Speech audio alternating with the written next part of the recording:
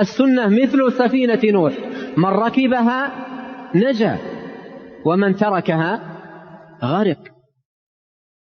السلام عليكم ورحمة الله وبركاته.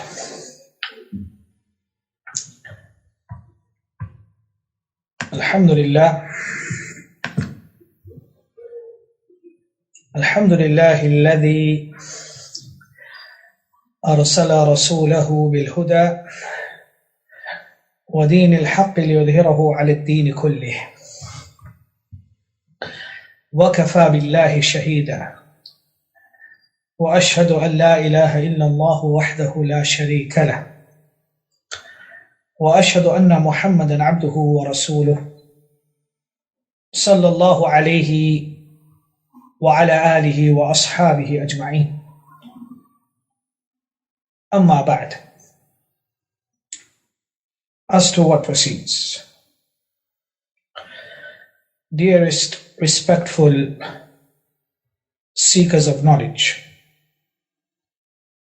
students of knowledge, after praising Allah, the Most High, separated from His creation, in a manner which befits His Majesty,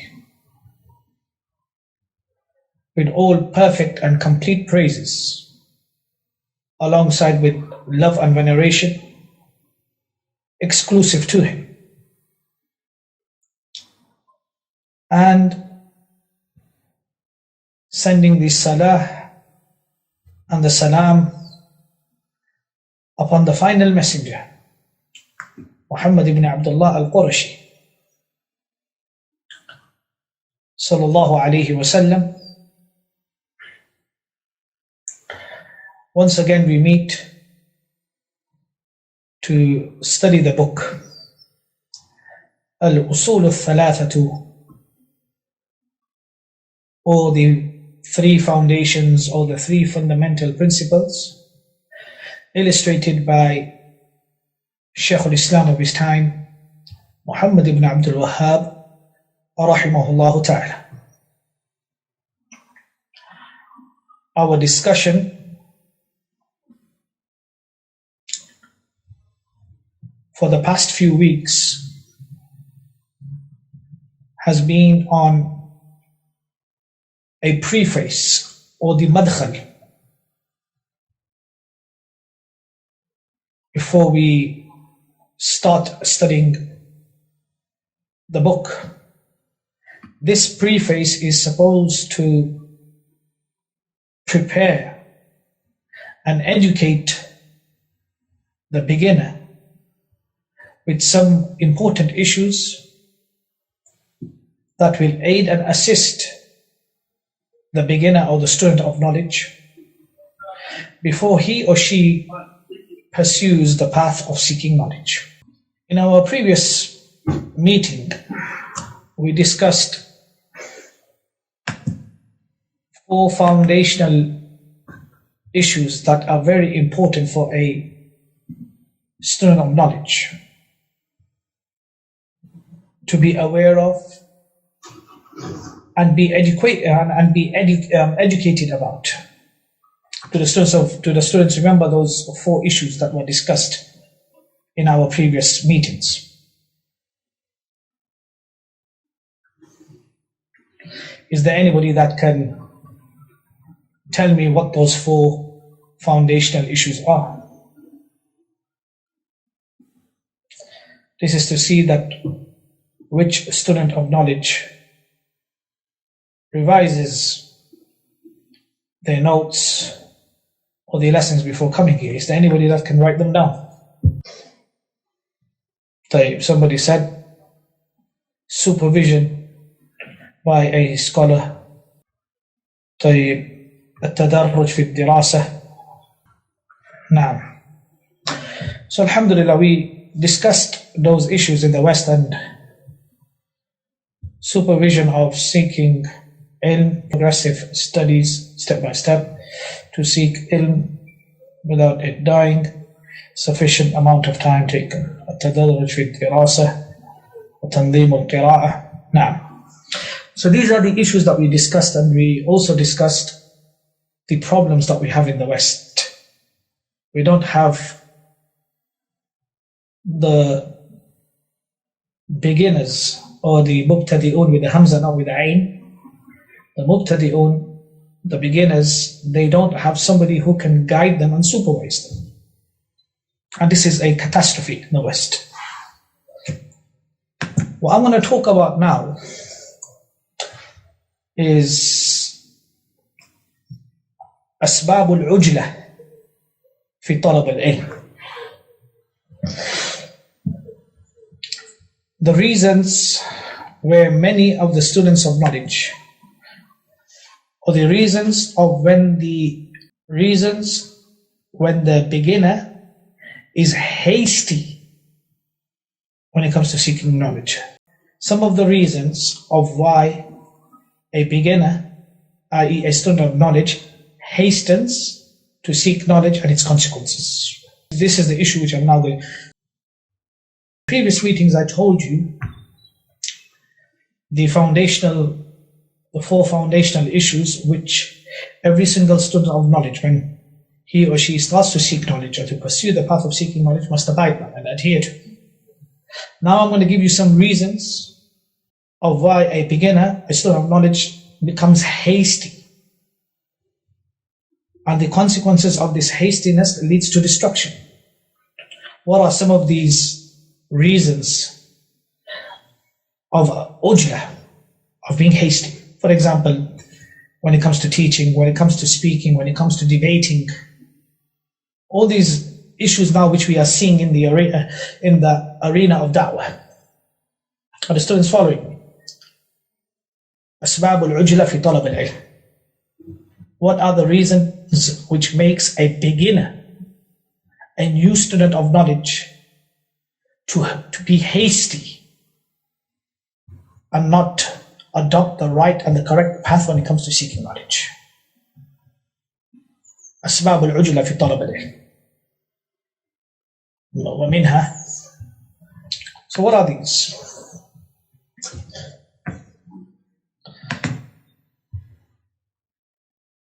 Further, do the students know what is going to be discussed now? In the previous lessons, we mentioned the four foundations that a student of knowledge must abide by. Now, some of the reasons or some of the causes which destruct a beginner or a new student of knowledge due to hastiness.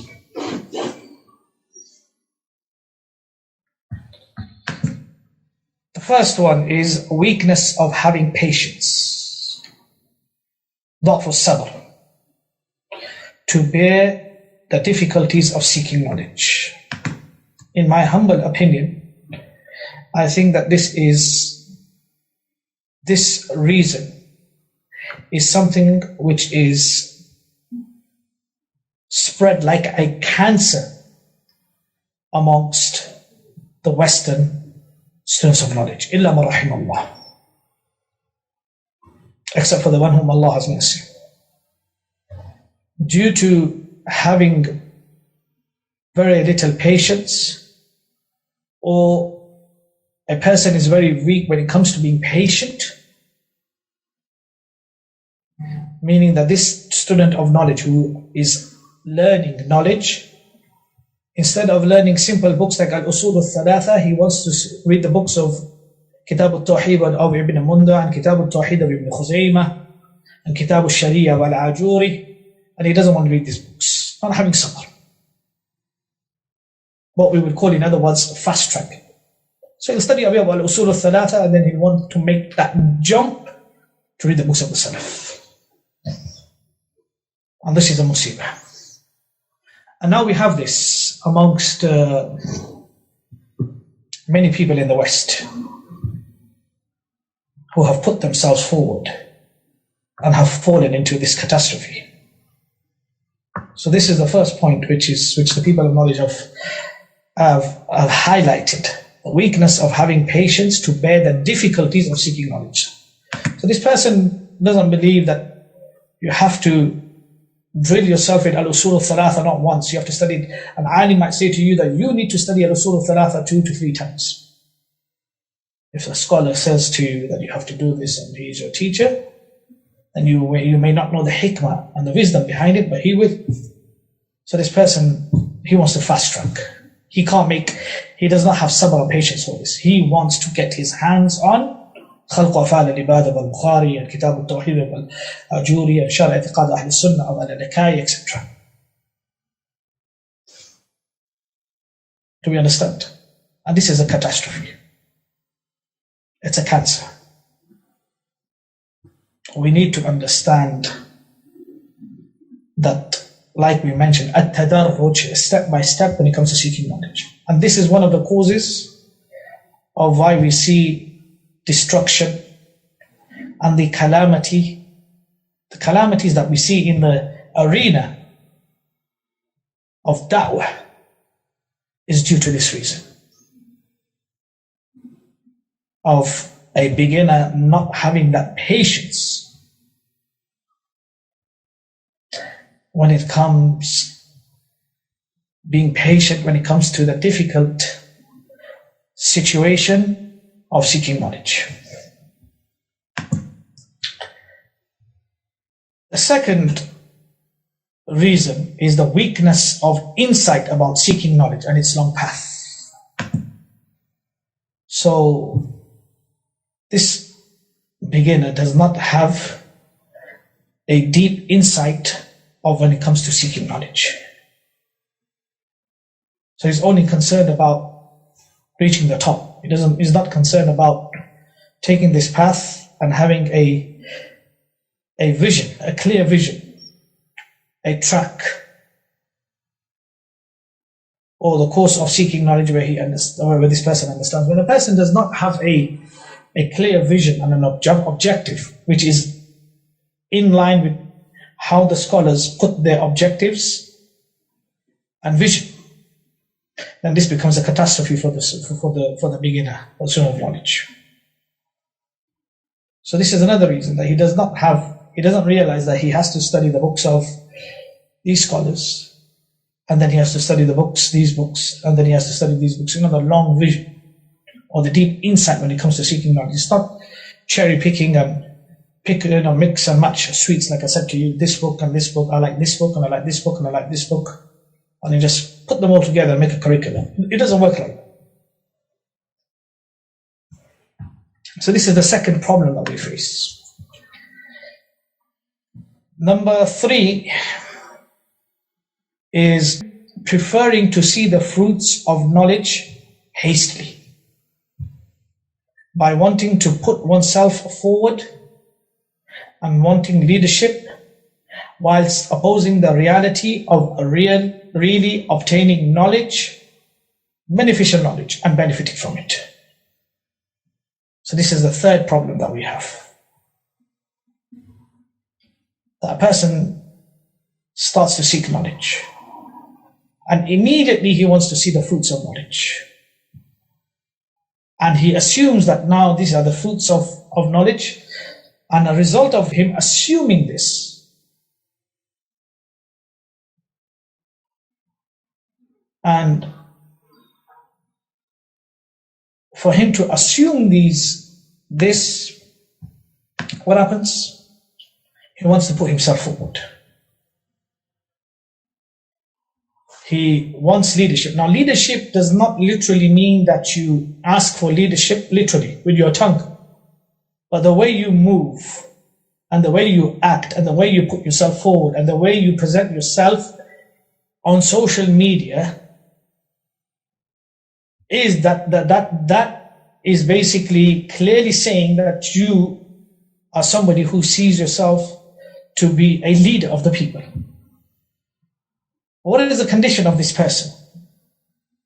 Due to his hastiness, that in reality he's opposing the reality of really obtaining knowledge or seeking beneficial knowledge and benefiting from it. And you see this now. You see a lot of the people in the field of da'wah. So they'll start discussions, and then they'll start refutations, and then they'll run away. And then when you speak to them and you say, Ya akhi, why didn't you respond back to this person, a debate which you started? I say, no, there's no benefit in this, and I don't want to waste my time on this. Then who told you in the first place to start open this can of worms and start these discussions? Who told you? It was better for you to have not started and left this business unfinished. And we have this musibah. And all of you are aware of what happens on social media. I don't have to spell it out to you, because I'm not somebody who's on social media. Out there, watching what goes on and monitoring who says what and who's doing what. I don't have the time. As you know, that my own social media is run by students. I don't even have the passwords. It's all students who are running it.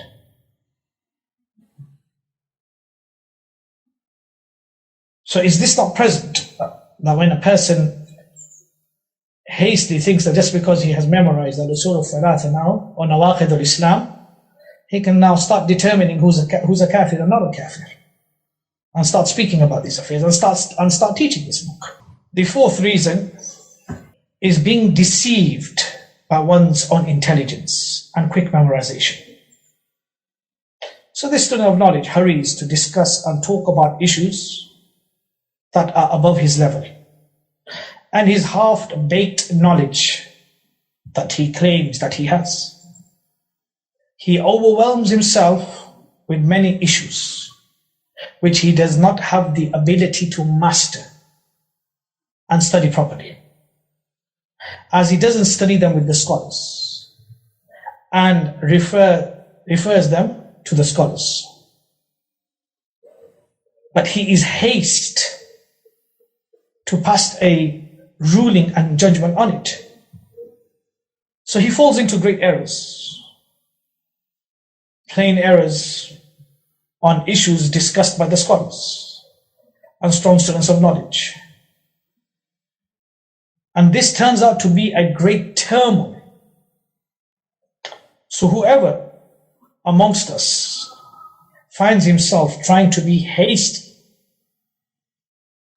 when it comes to seeking knowledge, and which the scholars have declared to be reprehensible and disliked, let him treat these causes which I have mentioned, and let him understand the way of the people of knowledge on seeking knowledge and treading this path, and how they achieved it with patience and sacrifice. So we found in the West those who said McDonald's, KFC, Sainsbury's, Asda, all the meat from these people is halal. Absolutely. They're Ahlul Kitab. A blanket fatwa. Then we found those who said, oh, gelatin is permissible, even if it's pork gelatin. Allah musta'an. And then we found those who said that if there's 0.1 alcohol in some chocolates, even that is permissible. It's ma'fu anhu. And then we found those who said short back and sides, having these kuffar haircuts, this is also permissible. It's makruh at the least. Wallahu musta'an. And then we said that those who say that the dead can hear you, this is an act of shirk. Wallahu musta'an.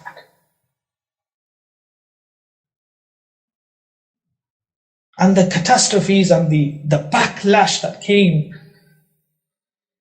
to these issues which are related to the West, like I mentioned.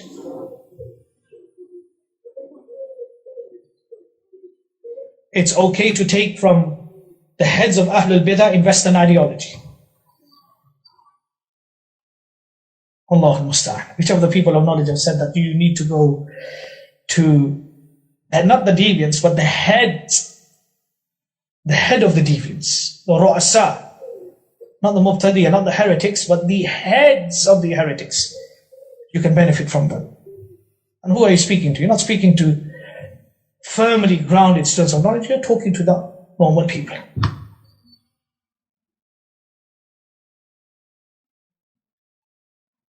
And you find, and who are the people who are giving these fatwa? thinking that they have researched on these issues. So I will give you an example. When the issue of pork, of gelatin and pork gelatin, we know the issue of gelatin. If it comes from animals that are halal, and if it comes from pork, which is asl, najasul ayn and haram. The issue of istihala.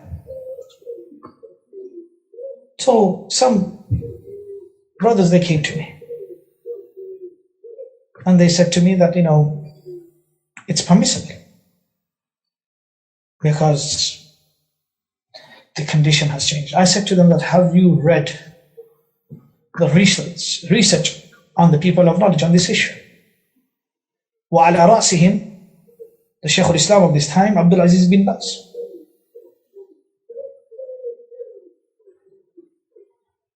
So they said that so and so in the UK is giving this fatwa that it's okay. Then I said to him that so and so is not in a position to speak about this issue. Because I know that so and so has not read on this issue. Because our Shaykh Mufti Muhammad Rais Nadwi rahmatullah alayhi used to always say, "At-taqwa qabla al-fatwa." That the one who gives the fatwa, the first thing that is binding upon him is the taqwa of Allah subhanahu wa ta'ala. And obviously this person has not even traveled to seek knowledge. His seeking knowledge is umrah trips. Not mentioning the swinging on the swings and going to the amusement parks and going to the desert and getting on those buggies and etc. Because in the past we had the ulama that they would travel to the Haramain Sharifain, to Makkah and Medina to seek knowledge, not to swing on swings. So I said, the kalam of this individual is batil. So the brothers who came to ask me on this issue, I said to them that I will tell you that on this issue, there was an international conference that was held in Kuwait, where the ulama of Sunnah, they met up with those who had PhDs and were engineers in food engineering, experts. So we had those who were experts in the area of istihala, of something changing its condition, and we had the ulama. And they had their discussions for days, discussing whether they would say that pork gelatin is okay to eat. I said, this is now experts of both areas. The ulama who are experts of what is halal and haram and its principles. And then you have those scholars who are experts in particularly in this area which we are talking about, food engineering. I mean, PhD doctors and scholars in their authority who've written papers and researched on this whole issue. I said after days of discussion, they came to an agreement where they signed a fatwa in unison that gelatin, pork gelatin, is not permissible. Now what do you have to say? I read many of those papers. I read many of those issues that were being discussed. They were published under Rabat al-Isla Muslim World League. A whole set of papers that were discussed. For days, this international conference happened, and after that, the ulama before that in their own rights had their own discussions and their own conference on this, and they wrote and researched on this. This is how a fatwa is given. Don't craziness just like this. Oh, something that changes its original condition is not original. خلاص صلاة. هكذا الفتوى. So this is the calamity that we have. Hastiness. Hastiness in debating. Hastiness in teaching. Hastiness in fatwa. Hastiness in declaring things to be halal and haram.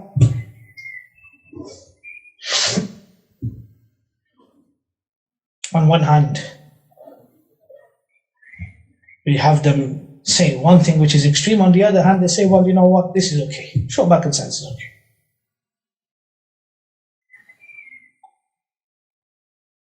So, the point here, my brothers and sisters, is al-Ujla. Hastiness, no doubt, is from the shaitan. خُلِقَ الْإِنسَانُ مِنْ عَجْلٍ. And those people who put themselves forward to debate or to illustrate.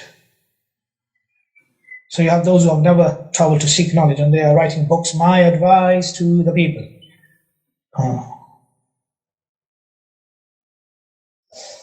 So this is a calamity and a catastrophe that can be found within the Western world and in the arena of da'wah. And these issues and 2-3 days ago, I went to see one of my aunties. And my auntie lives in the area where I used to live in, and that's where I grew up. That's where I learned how to read the Arabic alphabet, and I learned how to read the Quran. So that masjid is still there. So I went to visit that masjid. And when I went there to visit that masjid, I bumped into the chairman who recognized me. I was a small kid and he still recognized me. And we started discussing about when I was a young boy and how I would come to the masjid and how my granddad would bring me and wouldn't let me go outside the masjid because he wanted me to memorize the Quran. I was just looking at those places where I would be sitting with my grandfather, who's now passed away, rahmatullah. So it brought back a lot of memories. It was a very emotional moment for me as well 3 days ago because I was in tears when I saw such places. That's in the masjid there. I started to pray my salawat, and so there's an attachment to that masjid. And one thing the chairman said, who was very close to my grandfather. He said to me that had it not been for our elders, and he included my grandfather, who always strived when they came here to the UK to distinguish between halal and haram, between us and the Nasara. So they came, they migrated, and the first thing they did is that they decided to build masajid. They decided to have their own slaughterhouses. They became aware of not just buying anything from the supermarkets, due to the ingredients may having alcohol or something from animals which are not slaughtered. And the tarbiyah, our tarbiyah was made upon this, at the least to make that distinction that this is Dar al-Kufr, not Dar al-Islam. And then we have these young half-baked potatoes who come along and want to completely destroy this legacy which was built by our elders. The elders were not people of knowledge, but they took that option at that time, which they found to be the most safe option, which is ahwat, mas'alatul ahwat. This is what they did. This is the reason, like I say to many of the students, of those who have seen me and met me in person, and I've mentioned this to them in many of our gatherings, that as a young boy, when I would walk into the groceries, I was not allowed to pick up a packet of crisps. Crisp is what in the UK. In the UK we call it crisps, and in America and other places they call it chips, potato if it was written on it, chicken flavor, would not be allowed to touch it. Just the flavoring, obviously, but this is how the tarbiyah was made of young children. But myself, to be able to make that distinction that when it comes to what goes inside your stomach, take the most precautions that you can. So I said to him once, to my granddad, it's only a flavor, Dad. He said, I don't care, he says chicken on it. Don't tell me it's a flavor or not a flavor. Put it down, you can't buy this. Salt and vinegar, cheese and onion, and ready salted. The only crisps that I could buy. And then you have these young boys come after years, don't know nothing. And they come and they just give a blanket fatwa just like that. Oh, gelatin is permissible because it's istihad.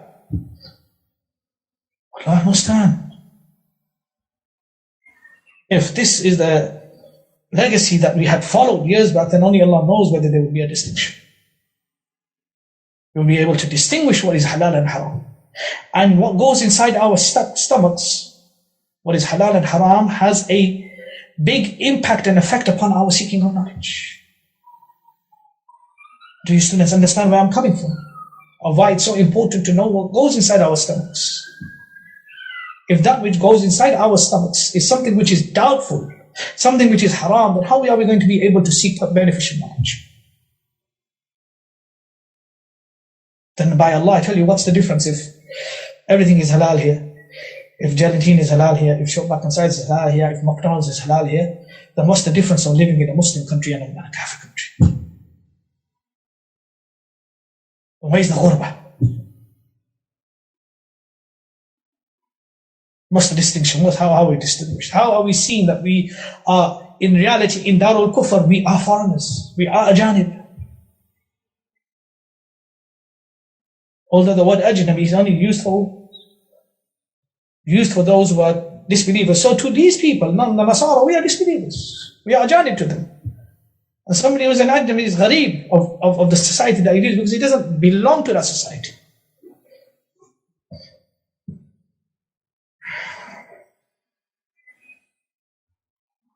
So these issues, and this is where the negative impact of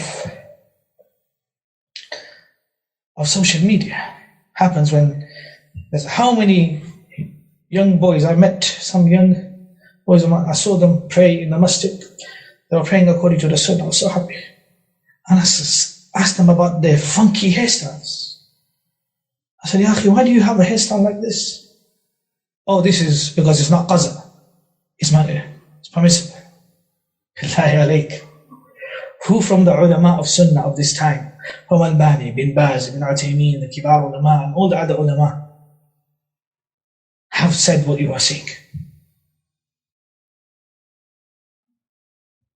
You claim to be Shafi'i in fiqh, and then you take an opinion of a Hanbali scholar on this issue. How crazy is that? So this is the musibah of hastiness. How much have we seen that the Salafi da'wah has been attacked, has been mocked, has been ridiculed because of such characters who opened a can of worms and now have run away and are nowhere to be seen. And those who attack the da'wah continue attacking the da'wah. And the jahl or the ignorance of such people is painted to be the jahl of the Salafis.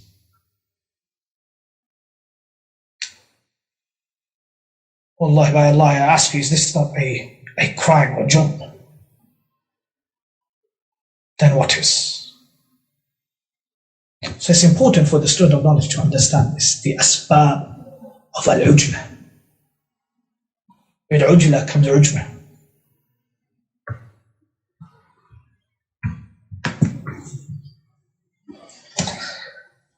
Now, do the students understand what I'm saying? Am I saying, if anything that I have said which is out of line, then please feel free to discuss it with me. Wallahi, I am not compelling anybody to agree to something which I say just for the sake of agreeing with me. But agree with me if you see this to be the truth and if this is the reality of what's happening now.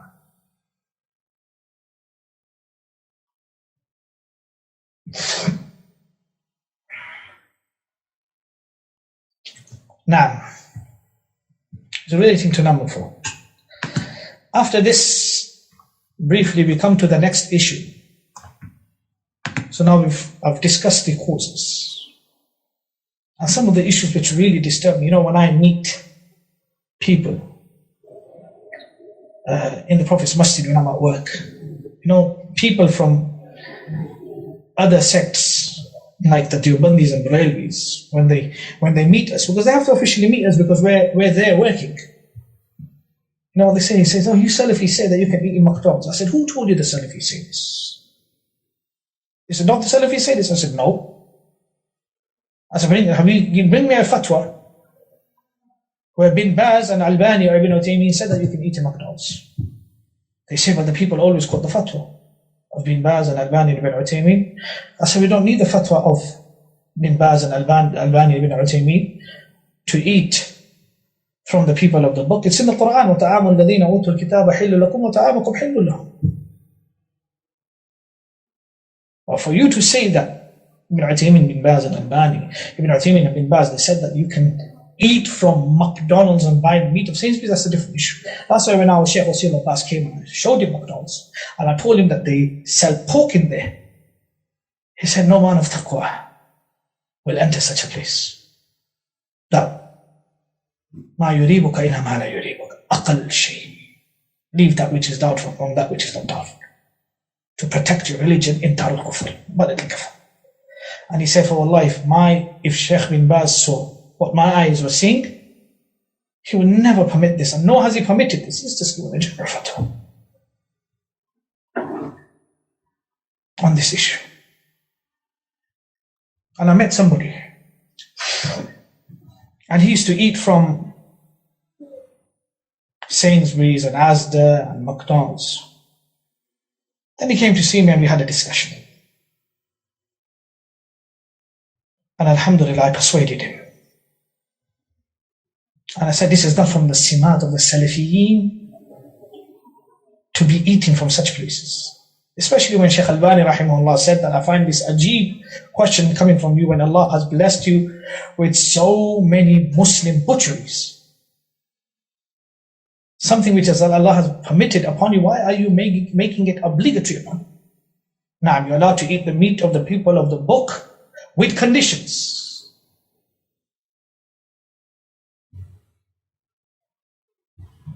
So, this person stopped. After 2 to 3 days, he came back to see me. He said that the sweetness of Iman and the halawa that I felt when I was praying after stop eating from these places, wallahi, was gone for years. Until now, I've stopped eating from these places. This is his own tajribah. Because no doubt, this is a doubtful affair. So we have to pick up the pieces and clear the Salafi da'wah of these ignorant individuals. And none of them are qualified to give fatwa. Every single one of them. In fact, most of them have not even studied. Have never made rihla for talab al-ilm, but they are talking about these issues. To the extent I heard that one individual is so ignorant, his ignorance reaches the level that he done a whole lecture saying why you should eat from McDonald's in the UK. Allah musta'an.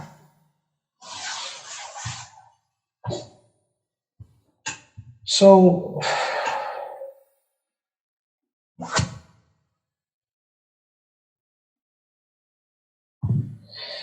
this is not an issue at this moment to talk about the meat of Ahlul Kitab. This will require another discussion. I've done a lot of research on this to let you brothers and sisters know that me and some of the students, we even wrote to Burger King, McDonald's, Sainsbury's, as the Tesco, we wrote to them with regards to asking them about their meat and how their meat is consumed. And we didn't ask them that, do you slaughter your meat? We asked them that, how is your meat prepared? From the farms to your butchery. Because if a Muslim gives you meat to eat and he has not slaughtered it, it's haram to eat, yes or no? And he's a Muslim. So what about a kafir, if the conditions are not met? So you can eat the meat of the people of Kitab, you can eat the meat of Ahlul Kitab, or the people of the book, with conditions. But this is not our discussion, so we'll move on. But maybe, inshallah, one day we will have a detailed discussion, and I will release my research on this issue after speaking to the people of knowledge. Shaykh Zulfiker Ibra, who traveled around the world and went up to Australia, to New Zealand. He was sent by the Muslim World League to inspect slaughterhouses as well. Me and the Shaykh, we had a fruitful hours of discussions on this issue when we were studying Sahih al-Bukhari and Sahih Muslim with the Shaykh, alhamdulillah. I've got all the notes and all the benefits written down in my notebooks, because I spoke to the Shaykh in detail about this issue. And for the records, Shaykh Zulfiker Ibra was an expert when it came to comparative religions, meaning in the sense that he was well versed when it came to Christianity and Judaism and Hinduism and Buddhism. In the very same way, our Shaykh Mufti Muhammad al-Isla, one of his most outstanding books that he ever wrote was Al-Yahud fil Quran, which was almost 2,000 pages. And he was a master of when it came to comparative religions as well, which can be seen from his books when he talks about Christianity and Judaism and Hinduism, etc. So these issues were discussed with these scholars, as well as reading what the Kibar ulama of this time had said on such issues. So the isti'ab of an issue, a complete comprehensive study of an issue is important before a talib ilm starts to speak about it. Otherwise, it's better for him to remain quiet. Not that he sees one fatwa and just starts jumping up and down and gets excited. Now, the next issue which is going to be discussed after this is wujubul amali bil ilm. Knowledge mandates action. So al-amal, action, is adjoined with knowledge. And action has a great status in the deen. Allah subhanahu wa ta'ala mentions in Surah Al-Zumar, ayah number 74, فَنِعْمَ أَجْرُ الْعَامِلِينَ.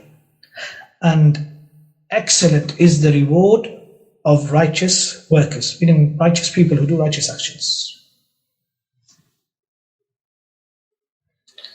So this knowledge, after talking about the theoretical side of knowledge, we need to understand that it's very important that our knowledge that we obtain, it mandates, the result of that knowledge is that the first positive result of our knowledge, or if we can say that our knowledge will only be considered to be beneficial if it is followed up with actions. So the punishment for not acting upon the knowledge that we possess is harsh, and we seek Allah's protection from such a state. As Allah subhanahu wa ta'ala mentions in Surah Al-Baqarah, Allah states, أَتَأْمُرُونَ النَّاسَ بِالْبِرِّ وَتَنْسَوْنَ أَنفُسَكُمْ وَأَنْتُمْ تَتْلُونَ الْكِتَابَ أَفَلَا تَعْقِلُونَ. Surah Al-Baqarah, ayah number 44. Do you order righteousness of the people and forget yourselves while you recite the scripture? Then will you not reason? Allah subhanahu wa ta'ala mentions in another place in Surah Al-Jum'ah, ayah number 5. مثل الذين حملوا التوراة ثم لم يحملوها كمثل الحمار يحمل أسفارا بئس مثل القوم الذين كذبوا بآيات الله والله لا يهدي القوم الظالمين. The example of those who were entrusted with the Torah and did not take it on is like that of a donkey who carries volumes of books. Wretched is the example of the people who deny the signs of Allah. And Allah does not guide the wrongdoing people. So from these ayat of the Quran, we can clearly see that just as we give so much importance to the theoretical side of knowledge, we have to also give importance to the practical side of knowledge, hand in hand. One is not less important than the other.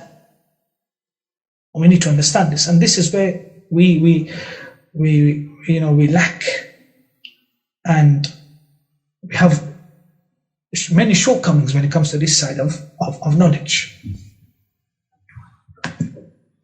The hadith which has been reported in Sahih al-Bukhari, where the Prophet ﷺ said, يُجَاءُ بِالرَّجُلِ يَوْمَ الْقِيَامَةِ فَيُلْقَى فِي النَّارِ فَتَنْدَلِقُ. Can the students hear me?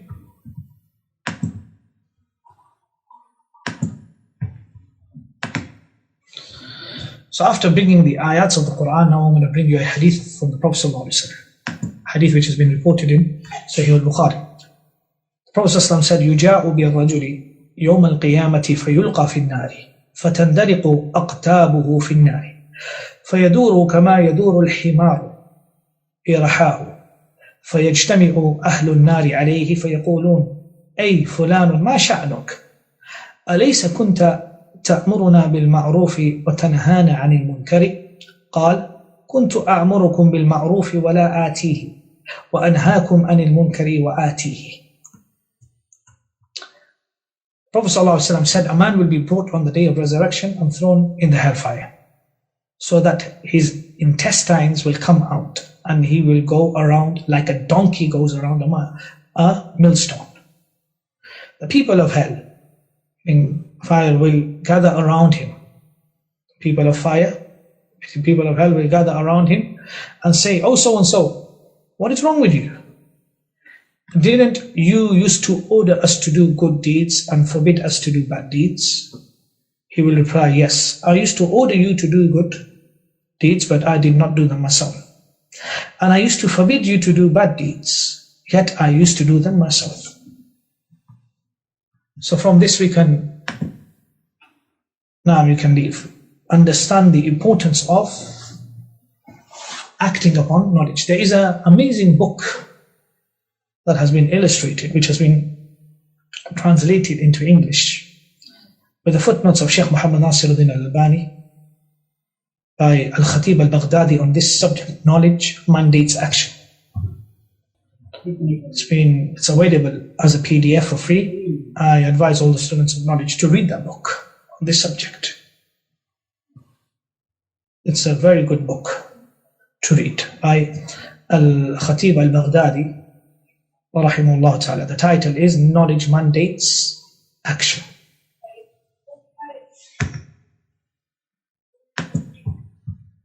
So from this week, from what we have just seen now,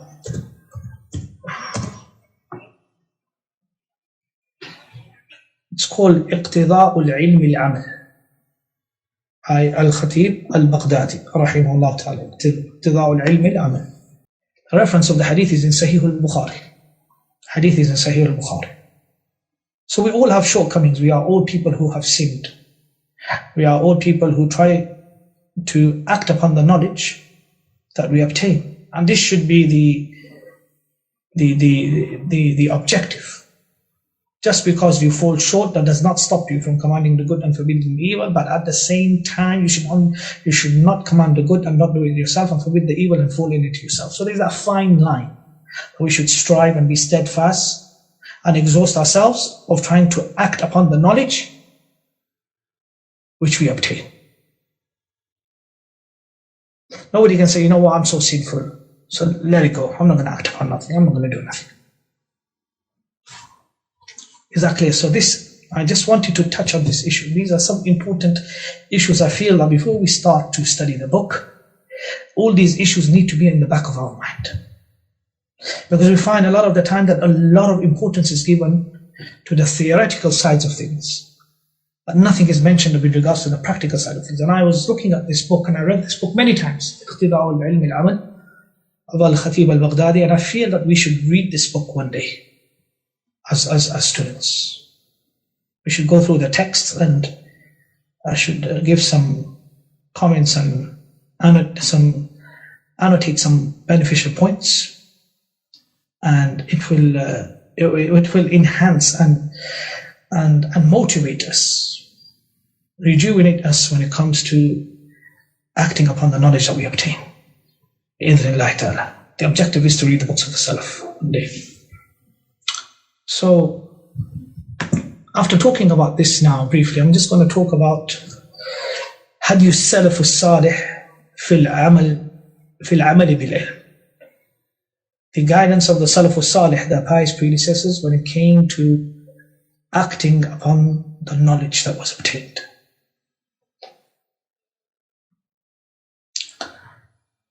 When we look at the biographies and when we look at the Salaf al-Salih, we see that from their guidance was that they trained themselves, they cultivated themselves upon the principle of acting upon the knowledge that they sought and obtained. And they would make tawasi, they would call one another and encourage one another upon acting upon this knowledge. And they would make ilzam of their nafs, they would make it obligatory upon themselves, upon their souls, to act upon that which they had learnt, even if it was only once, so that they can be from amongst those who acted upon the knowledge that they obtained, even if it was once, and that they will be removed from amongst those who have been dispraised due to them seeking knowledge but not acting upon it.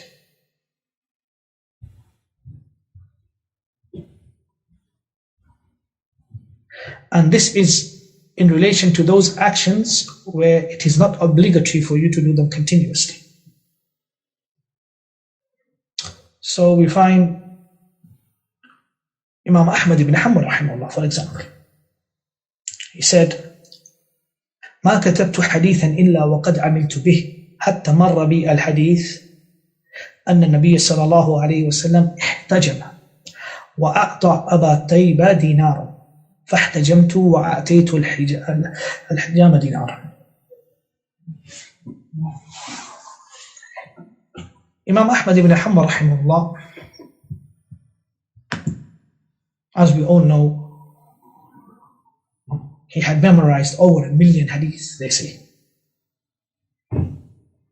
So they asked him, Abu Abdullah, what's the secret of you being able to memorize such a great number of narrations?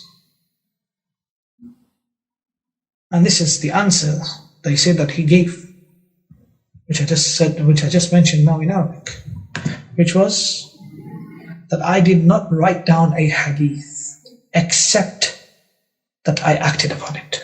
So Imam Ahmad made it upon himself that whenever he wrote down a hadith, he would not write down the hadith except that he acted upon it. And then he gave a beautiful example. He said, what did he say? He said, وَقَدْ مَرَّ حَتَّى مَرَّ بِي الْحَدِيث. He goes, to the extent that once I came across a narration that the Prophet ﷺ got himself cupped, and he gave Abu Taybah, the one who cupped him, a dinar. So when it came to me getting myself cupped, I got myself cupped, and the person who cupped me, I gave him a dinar to act upon the hadith of Rasulullah sallallahu alaihi wasallam. Sufyan al-Thawri rahimahullah, he said, ما بلغني أن رسول الله صلى الله عليه وسلم حديث قط إلا عملت به ولو مرة واحدة. He said, Imam Sufyan al-Thawri rahimahullah said, he goes, no hadith of the Prophet sallallahu alaihi wasallam ever reached me except that I acted upon it, even if it was only once.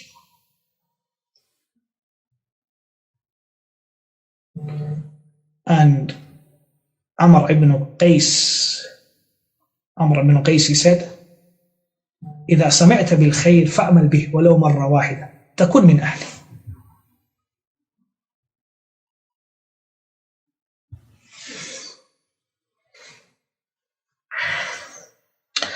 That if you listen to anything that consists of good, then act upon it, even if it's once, so that you may be from amongst those who acted upon the good that you have heard.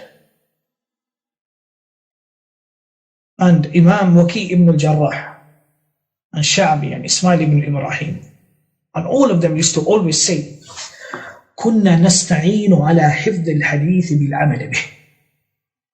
And all of us who had this urge and desire to memorize hadith, one of the ways in which we would master our memorization and make it so precise is that we would act upon the hadith. So this is the madhab of the people of hadith. This is the madhab of Ahl al-Hadith. When the hadith of Rasulullah sallallahu alayhi wasallam reaches them and it is sahih, and the understanding of it is understood as the Sahaba understood it, they act upon it. Somebody asks that one, how do I memorize so many narrations of Rasulullah sallallahu alayhi wasallam that you go today, you've heard from the masters, the imams, the giants, Imam Ahmad, Ibn Jarrah, Sha'bi, and others, that they would use acting upon a hadith as a means to perfect the memorization. Do the students understand what was just mentioned just now? Do we understand the importance of acting upon the knowledge that we have? So we can see the importance of acting upon the knowledge that we have. After knowing the hadith Salaf al-Salih with regards to knowledge which mandates action, the last issue, which is hukmul amali bil ilm. What's the ruling of acting upon the knowledge that we obtain? Usually we know that now hukmul amali bil ilm. Hukmul amali bil ilm.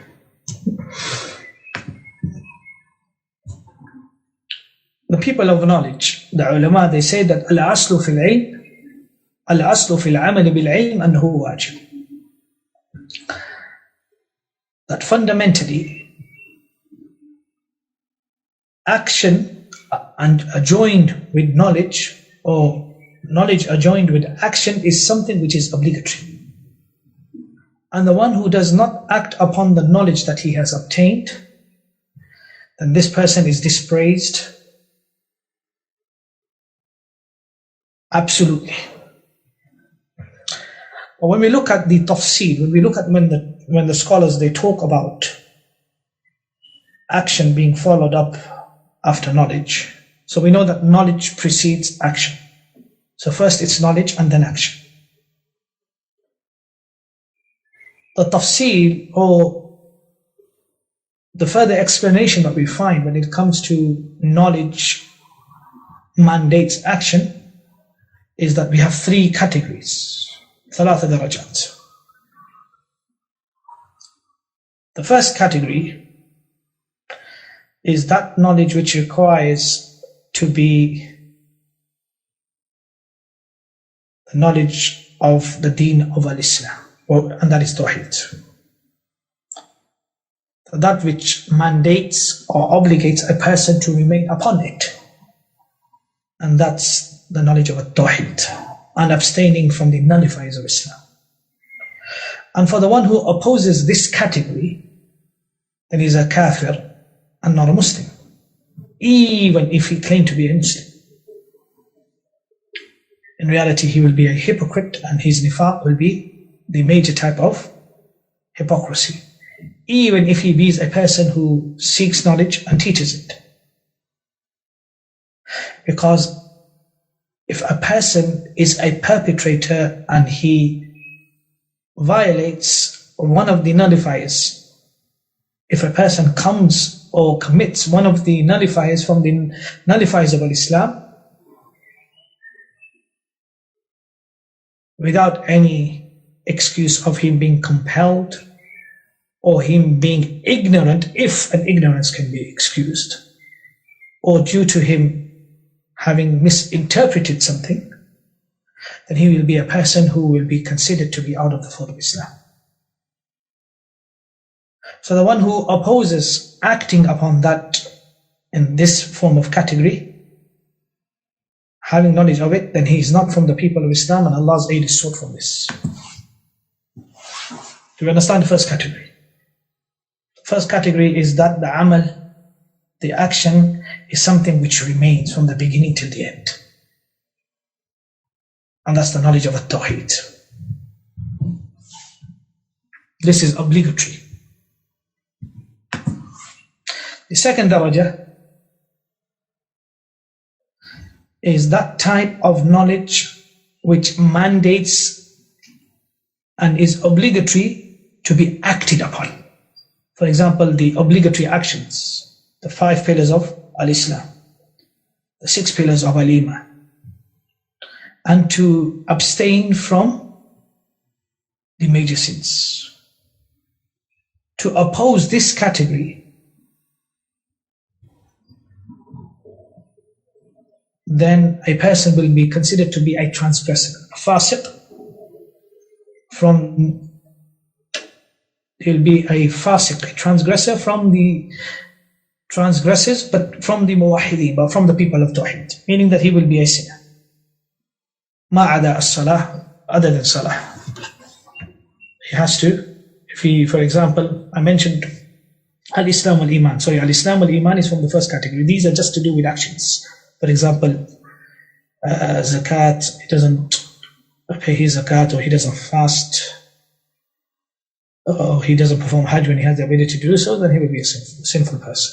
So that type of knowledge which mandates actions which are obligatory, a person who abandons those actions will be sinful. Is that clear? With all those obligatory acts which Allah has said upon us that we not. So if somebody was to drink alcohol when he's not supposed to drink alcohol, then he will be sinful. And it's obligatory for him to abstain from alcohol and music. Now, minor sins also fall under this. This is the second category, major and minor sins. Is that clear? So this type of knowledge that we have of not drinking alcohol, of not listening to music, not resembling the women, not being disobedient to our parents, the wife not being disobedient to the husband fulfilling the rights of the woman, all these actions which are obligatory upon us to do, and if we don't do them, then that person will be considered a fasiq, an asi. But he will be from the usatul muwahhidin. He will still be a person upon tawheed, but has this differentiation with him. But those actions are still obligatory upon him. The first is that if he does not act upon it, then he leaves the fold of Islam. Are both categories clear and distinct? The third and last and final category is that those actions which are commendable, highly recommended, but they are not obligatory. And those are the voluntary actions from the ibadat. They are nawafil al-ibadat wajtinab al-makruhat, and to abstain from the reprehensible and the disliked actions. This third category, the talib al-ilm should focus on them. He should abstain from doing those actions which are disliked and try to increase his voluntary action. So this type of knowledge, if you don't act upon it, then you won't be sinful. But it's highly recommended that you act upon this type of knowledge. Is that clear? So whoever knows, or whoever obtains the knowledge of an obligation from amongst the obligations, and he knows that he has to act upon it, and whoever knows that something is forbidden, that this thing is forbidden in Islam and it's from the forbidden acts of Islam, and he knows that it is obligatory upon him to abstain from it, then he has to act upon that. And from that knowledge which necessitates action is that which is a group obligation.